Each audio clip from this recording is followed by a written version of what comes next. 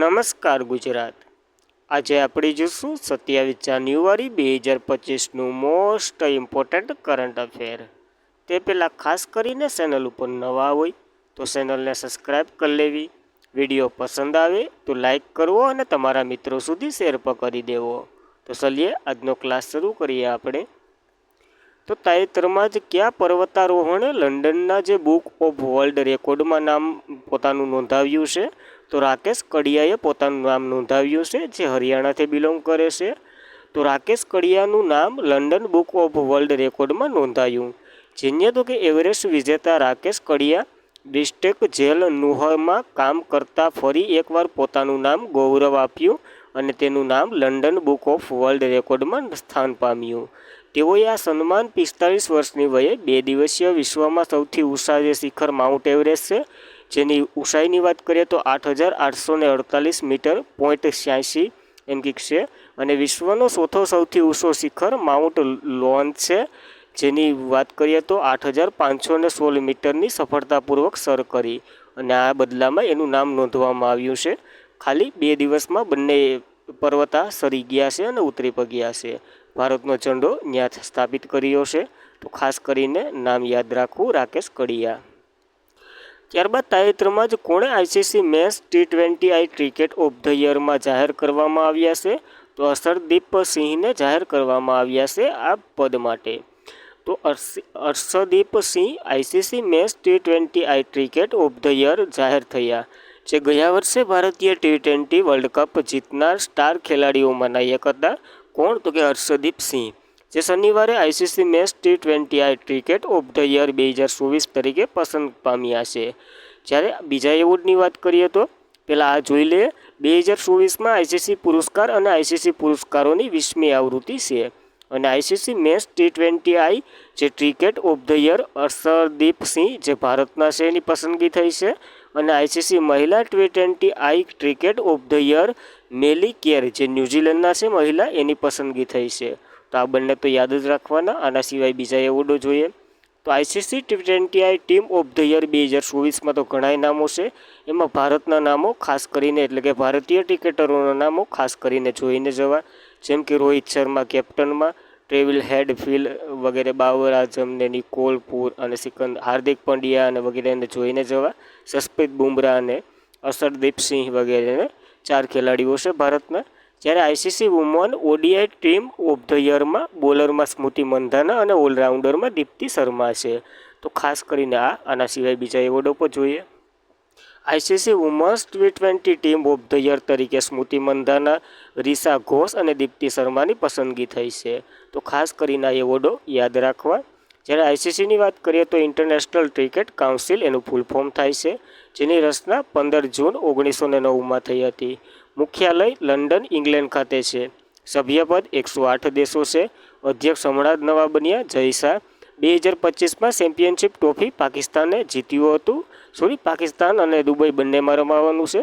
બીજા બધી પાકિસ્તાનમાં જશે, આપણે દુબઈમાં જવાનું છે। આઈસીસી મહિલા T20 વર્લ્ડ કપ 2028નો પણ પાકિસ્તાનમાં જ થવાનો છે, તો ખાસ કરીને આ થનારી ગેમો પણ યાદ રાખવી આની સાથે। ત્યારબાદ કયા શહેરમાં કેન્દ્રીય કાપડ મંત્રી દ્વારા હેન્ડલૂમ કોન્કલેવ મંથનનું ઉદ્ઘાટન કરવામાં આવ્યું છે? તો આનું ઉદ્ઘાટન નવી દિલ્હી ખાતે કરવામાં આવ્યું છે।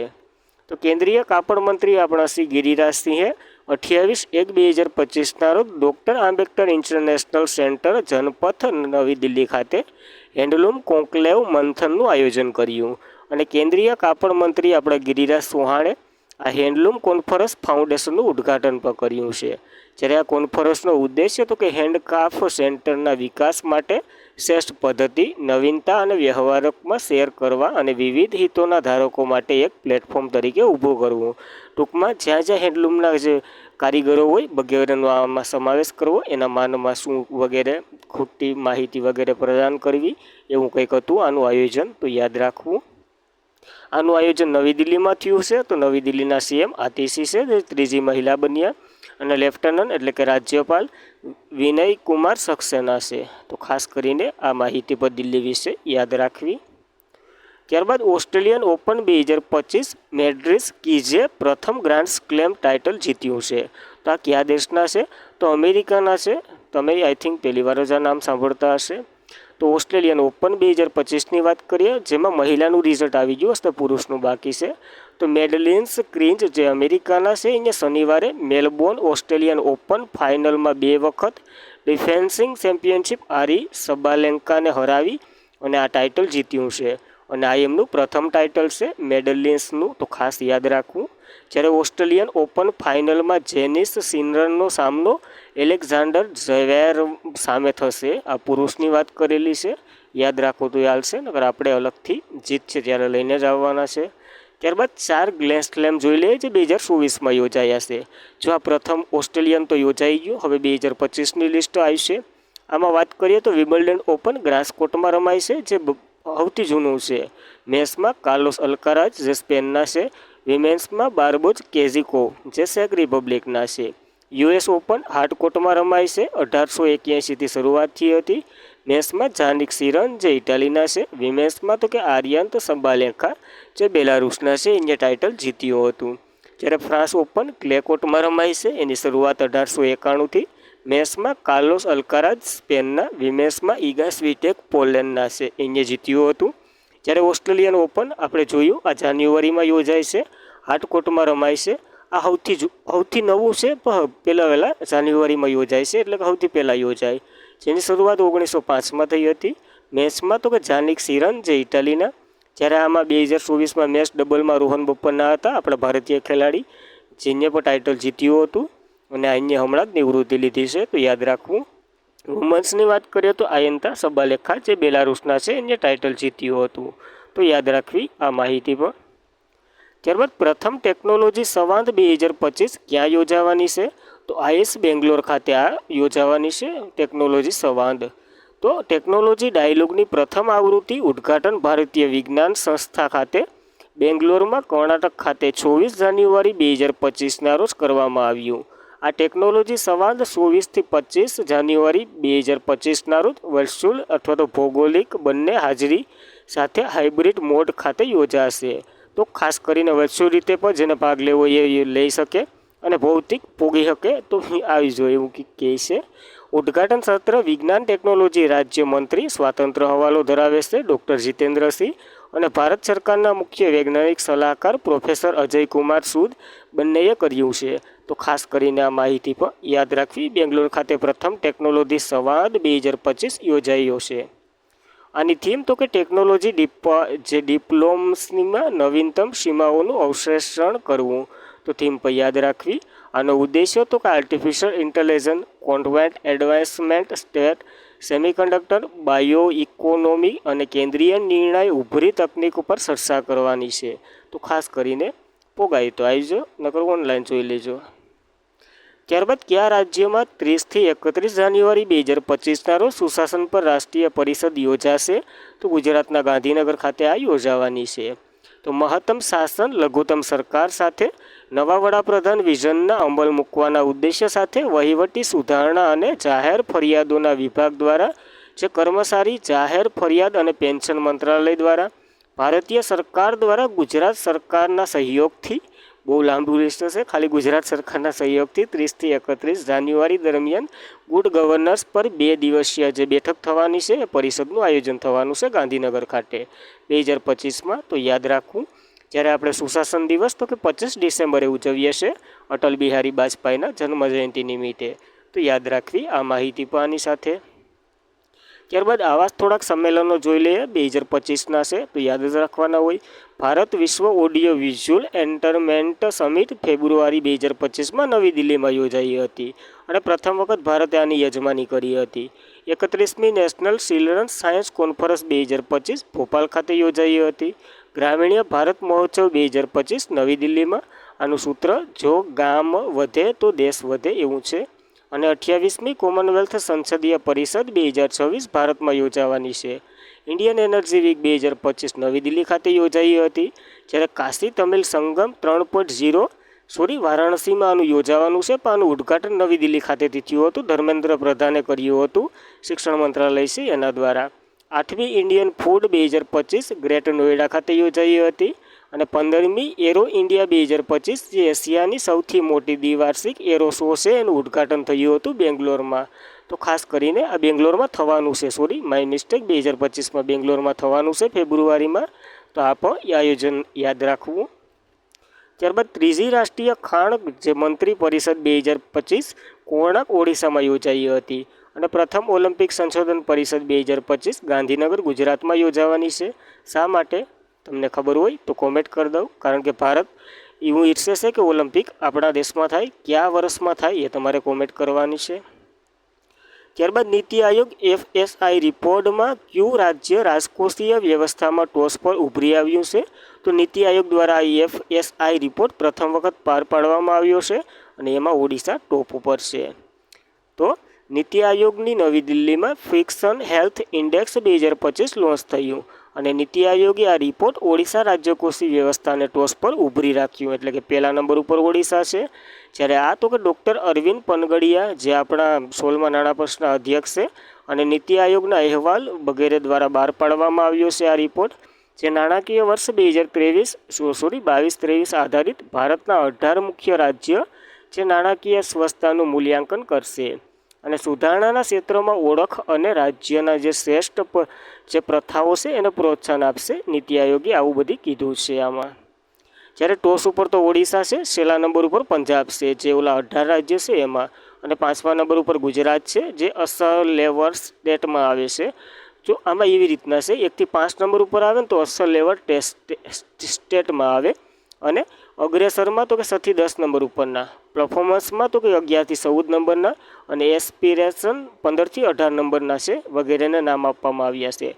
તો ગુજરાત 5મા નંબર ઉપર છે, તો અસર લેવર સ્ટેટ ઉપરમાં આવે છે. તો યાદ રાખવું, ખાસ કરીને આ પણ છેલ્લા નંબર ઉપર તો પંજાબ જ છે. ત્યારબાદ નીતિ આયોગે આને બહાર પાડ્યો છે, તો national institution for transforming India એનું ફૂલ ફોર્મ થાય છે. જે આયોજન પંચ તરીકે આની રચના થઈ હતી, કઈ 5 વર્ષીય યોજના અંતર્ગત અને કઈ સાલમાં થઈ હતી એ તમારે કોમેન્ટ કરવાનું છે. 1 જાન્યુઆરી 2015ના રોજ આને નીતિ આયોગ કહેવામાં આવ્યું હતું. એ પહેલાં આયોજન પંચ હતું. અધ્યક્ષ તો કે હોદ્દાની PM મોદી હોય છે. વાઇસ પ્રેસિડેન્ટ ડૉક્ટર સુમન કે બેરી છે. પહેલા નંબરના અરવિંદ પનગડિયા હતા. CEO તો કે BR સુબ્રમણ્યમ છે, અને પહેલા નંબરના તો કે અમિતાભ કાંત હતા. ઓડિશાએ ચર્ચામાં રહ્યું છે તો વાત કરી લઈએ. કેપિટલ ભુવનેશ્વર છે. CM તો કે મોહન શરણ માંઝી છે, અને ગવર્નર હરિબાબુ કંભમપતિ છે. તો ખાસ કરીને નીતિ આયોગ વિશે એટલી માહિતી યાદ જ રાખવાની હોય. ત્યારબાદ મોસ્ટ ઇમ્પોર્ટન્ટ પ્રશ્ન, 97માં એકેડેમી એવોર્ડ એટલે કે ઓસ્કર એવોર્ડમાં કઈ હિન્દી શોર્ટ ફિલ્મને નામાંકિત કરવામાં આવી છે? તો અનુજાને નામાંકિત કરવામાં આવી છે. તો તમને પ્રશ્ન થવો જોઈએ, આની પહેલાં લાપતા લેડીઝને કરી હતી પણ એ રદ થઈ ગઈ, એટલે કે આગળ ન જઈ શકી, તો એ પણ યાદ રાખવું. જ્યારે ઓસ્કાર 2025માં અનુજા જે 97માં academy award Hindi short film બની છે, અને ગંજૂત મોગા અને પ્રિયંકા ચોપડાના જોનાસ સમર્પિત શોર્ટ ફિલ્મ અનુજા 97માં એકેડેમી એવોર્ડ માટે નામાંકિત 5 શ્રેષ્ઠ લાઇવ એક્શન શોર્ટ ફિલ્મમાં પોતાનું સ્થાન બનાવ્યું સરળ છે. અને આ ફિલ્મ અનુજા જે હિન્દી ભાષાની બનેલી અમેરિકન ફિલ્મ છે, અને આ ફિલ્મ ડિરેક્ટર એડમ જે ગ્વેલ અને સુચિત્રા મટાઈ છે. ખાસ કરીને કોની ફિલ્મ છે, ડાયરેક્ટર તો ઘેર ગયા, એ યાદ રાખવું. કોની તો કે ગુનીત મોગા અને પ્રિયંકા ચોપડા બંનેનું યાદ રાખવું. અનુજા નામની ફિલ્મ જે ઓસ્કરમાં શોર્ટલિસ્ટ થઈ. લાપતા લેડીઝનું તમને કહી દીધું, યાદીમાંથી બહાર નીકળી ગઈ. જ્યારે પ્રથમ ભારતીય ઓસ્કર વિજેતા ભાનુ અત્રેયા હતા, જે પોશાક ડિઝાઇનરમાં 1982માં. જ્યારે 2023માં MS કિરવણી જે સંગીતમાં નાટુ નાટુ સોંગ માટે, અને કાર્તિક ગોન્ઝાલેસ અને ગુનીત મોગા જે એલિફન્ટ વિલ્સન્સ પર માટે પસંદ થયા હતા. તો 2023ના ખાસ કરીને આ નામાંકિત થયા હોય એને પણ યાદ રાખવા એવોર્ડો માટે. જ્યારે 2024માં જે સન્નુમી, આપણે 97મી તો જોવાની છે, તો સન્નુમી જે ઓસ્કાર એવોર્ડની યાદી જોઈ લઈએ. શ્રેષ્ઠ ફિલ્મ ઓપનહેમર હતી. એના શ્રેષ્ઠ દિગ્દર્શક હતા ક્રિસ્ટોફ નોલાન, અને શ્રેષ્ઠ અભિનેત્રી સલિન્સ મર્ફી હતા ઓપનહેમરના જ, અને શ્રેષ્ઠ અભિનેત્રી તો કે એમ્મા સ્ટોન હતા, જે ગરીબી વસ્તુ ફિલ્મના હતા. તો ખાલી શ્રેષ્ઠ અભિનેત્રી એક જ ફરે છે, બીજું બધું તો ઓપનહેમરનું જ છે. ત્યારબાદ 55મી વર્લ્ડ ઇકોનોમી ફોરમ 2025 ક્યાં યોજાવાની છે? તો આ સ્વિટ્ઝરલેન્ડ ખાતે યોજાવાની છે. તો જોઈએ આમાં શું થયું. તો 55માં વર્લ્ડ ઇકોનોમી ફોરમ જે વાર્ષિક મિટિંગનો પ્રારંભ દાવોસ સ્વિટ્ઝરલેન્ડમાં થયો, અને આ 3 પ્રતિષ્ઠિત વ્યક્તિઓને પ્રતિષ્ઠિત ક્રિસ્ટલ પુરસ્કારોને પ્રસ્તુત કર્યા, એટલે કે 3 વ્યક્તિને પ્રતિષ્ઠિત ક્રિસ્ટલ પુરસ્કારો આપવામાં આવ્યા છે, જેમાં તો કે ડેવિડ બેકહામ, ડિયાન વોન્ટ ફેલનબર્ગ અને રિંકિયા યામામોટા છે. આ ત્રણેયને યાદ રાખવા. આ પુરસ્કારો વિશ્વભરમાં સામાજિક અને પર્યાવરણ અને સર્જનાત્મક પ્રગતિમાં તેમના નોંધપાત્ર યોગદાન માટે આપવામાં આવે છે. તો આ ત્રણેય વિશે થોડી માહિતી લઈ લઈએ. ડેવિડ બેકહામ જે યુકેના ફૂટબોલર છે અને યુનિસેફ ગુડવિન્સ એમ્બેસેડર તરીકે બાળકોના જીવનને સુધારવા માટે તેમના 20 વર્ષના યોગદાન બદલ આ સન્માન તેને મળ્યું છે. જ્યારે ડિયાન વોન ફન્સ્ટનબર્ગ જે બેલ્જિયમના છે, તેણે મહિલા અધિકારીઓના લિંગ સમાનતાને પ્રોત્સાહન આપવા માટે આ યોગદાન બદલ તેને મળેલું છે. જ્યારે રિંકિયા યામામોટા જાપાનના છે. આ તમને નામ ખાસ કરીને યાદ હોવું જોઈએ. શા માટે યાદ હોવું જોઈએ એવું નહીં કહે. પર્યાવરણ અને સામાજિક જવાબદારીને પ્રોત્સાહન આપવા માટે આર્કિટેક્ચર ડિઝાઇન માટે અને આ એવોર્ડ મળ્યો છે. તો ખાસ કરીને 3 લોકો છે એક એવોર્ડ લઈને આવ્યા છે. જ્યારે વર્લ્ડ ઇકોનોમિક ફોરમે આ એવોર્ડ આપ્યો છે તો વાત કરી લઈએ. 1991માં ક્લાસ શ્વાબ દ્વારા આની રચના થઈ હતી. મુખ્ય મથક કલોલી સ્વિટ્ઝરલેન્ડમાં છે. પ્રમુખ તો કે બોર્ડ્સ બેન્ટ છે. તો યાદ રાખવી આ માહિતી. અને આ ઘણા રિપોર્ટ બહાર પાડે છે, જેમ કે વૈશ્વિક જોખમ અહેવાલ, એનર્જી ટ્રાન્ઝેક્શન ઇન્ડેક્સ, વૈશ્વિક સ્પર્ધાત્મક સૂચકાંક, ગ્લોબલ જેન્ડર ગેપ ઇન્ડેક્સ અને વૈશ્વિક પ્રવાસન અને પ્રવાસન સૂચકાંક વગેરે આ બહાર પાડે છે વર્લ્ડ ઇકોનોમિક ફોરમ. તો યાદ રાખવી આ માહિતી પણ. ત્યારબાદ થોડાક એવોર્ડો જોઈ લઈએ. તો એલેક્ઝાન્ડર ડન જે યુએસના છે અને સ્ટાર રામાનુજન એવોર્ડ 2024 મળ્યો હતો. ઇન્ટરનેશનલ એસ્ટ્રોનોમિકલ ફેડરેશનને જે વર્લ્ડ સ્પેસ એવોર્ડ એસ સોમનાથનને આપ્યો હતો. જ્યારે માનવવાદી પુરસ્કાર 2024 મોહનજીને, 2023 માટે કાલિદાસ સન્માન એવોર્ડ મધ્યપ્રદેશની સરકાર દ્વારા રઘુપતિ ભટ્ટને, વિભવ તાલુકદારને હેમિસ મેમોરિયલ એવોર્ડ મળ્યો હતો. અને સખારાવ પુરસ્કાર જે યુરોપિયન સંસદ દ્વારા મારિયા કોરિન્ડ મછાડો અને એડમલ ગોન્ઝાલેસને મળ્યો હતો. સન્માન્થા હાર્વે જે ઓર્બિટર માટે બુકર પ્રાઇઝ 2024 લઈ આવ્યા હતા. મારિયા વિક્ટોરિયા જ્યુઓન માટે એસસ્ટિયર ગાર્ડનર્સ એવોર્ડ 2024 જીત્યા હતા. ત્યારબાદ તો કે ફિલિપ્સ નોયરને સત્યજીત રે લાઇફટાઇમ અચીવમેન્ટ એવોર્ડ, સૂર્ય બાળાને 34મો વ્યાસ સન્માન જે કોણ દેશ કા વાસી વેણુકી ડાયરી માટે. સાહિત્ય અકાદમી પુરસ્કાર હમણાં જ રિલીઝ થયા હતા. હિન્દીમાં ગગન ગિલને મેં જબ તક આઈ બહાર એના માટે, અંગ્રેજીમાં ઈસ્ટરીય કિરણે રિપન્સ નાઇટ માટે અને ગુજરાતીમાં દિલીપ ઝવેરીને એના માટે તો કે સંપૂર્ણ સાહિત્ય માટે મળ્યો છે. તો યાદ રાખવા આ એવોર્ડો પણ. ત્યારબાદ તો કઈ રાજ્ય સરકાર દ્વારા સન્માન સંજીવની એપ લોન્ચ કરવામાં આવી છે? તો હરિયાણા સરકાર દ્વારા એપ લોન્ચ કરવામાં આવી છે મહિલાઓને સશક્ત કરવા માટે. તો ચંડીગઢમાં 24 જાન્યુઆરી 2025 હરિયાણાના જે મહિલા બાળ વિકાસ મંત્રી છે સ્મૃતિ ચૌધરી એને રાષ્ટ્રીય બાળ દિવસ 2025ના અવસર પર મહિલા ઇવન્સ કિશોરી સન્માન યોજનાની જે સન્માન સંજીવની એપ લોન્ચ કરી. આ યોજના હેઠળ આપવામાં આવતી સુવિધા એપ દ્વારા ટ્રેક કરવામાં આવશે, જેથી લાભાર્થીઓને આ યોજનાનો લાભ સમયસર મળતો રહે. અને મંત્રીએ કહ્યું કે મહિલા ઇવમ કિશોરી સન્માન યોજના હેઠળ બીપીએલ મહિલાઓ અને વયની છોકરીઓને સેનિટેર નેપકિનનું પણ વિતરણ કરવામાં આવશે 10 થી 45 વર્ષ સુધી. તો ખાસ કરીને આ સન્માન સંજીવની યોજના વિશે માહિતી યાદ રાખવી. ત્યારબાદ હિમાચલ પ્રદેશ નાના ડેરી ખેડૂતો માટે પશુપાલન વગેરેની આજીવક વધારવાના ઉદ્દેશ્યથી સંજીવની નામનું પ્રોજેક્ટ પણ શરૂ કર્યું હતું હિમાચલ પ્રદેશે. અને એ સંજીવની ભારતની નેશનલ ટેલિમેડિસિન સર્વિસ છે. તો ખાસ કરીને સંજીવનીમાં કન્ફ્યુઝન ન થવું. અને વિઝન પોર્ટલ, આ બીજા પોર્ટલ અથવા તો એપો જોઈ લઈએ. તો વિઝન પોર્ટલ કેન્દ્રીય મંત્રી જીતેન્દ્રસિંહે શરૂ કરી હતી. ઓટીટી વેબ્સ પ્રસાર ભારતીએ શરૂ કર્યું હતું. રંગબેરંગી માછલીઓનું એપ્લિકેશન રાજીવ રંજન સિંહે શરૂ કર્યું હતું. સારથી એપ્લિકેશન સીબીએ શરૂ કર્યું હતું. અને સી બોક્સ પોર્ટલ મહિલા એવં બાળ વિકાસ મંત્રાલયે શરૂ કર્યું હતું. તો ખાસ કરીને આ માહિતી પર યાદ રાખવી આની સાથે. અને આજના માટે એટલું જ હતું. ખાસ કરીને મિત્રો વિડીયો પસંદ આવે લાઇક કરવો, તમારા મિત્રોને શેર કરવો અને ચેનલ પર પ્રથમ વખત હોય, માહિતી પસંદ આવતી હોય તો તમે ચેનલને સબસ્ક્રાઈબ પણ કરી શકો. Thank you for watching this video. જય હિન્દ, જય ભારત.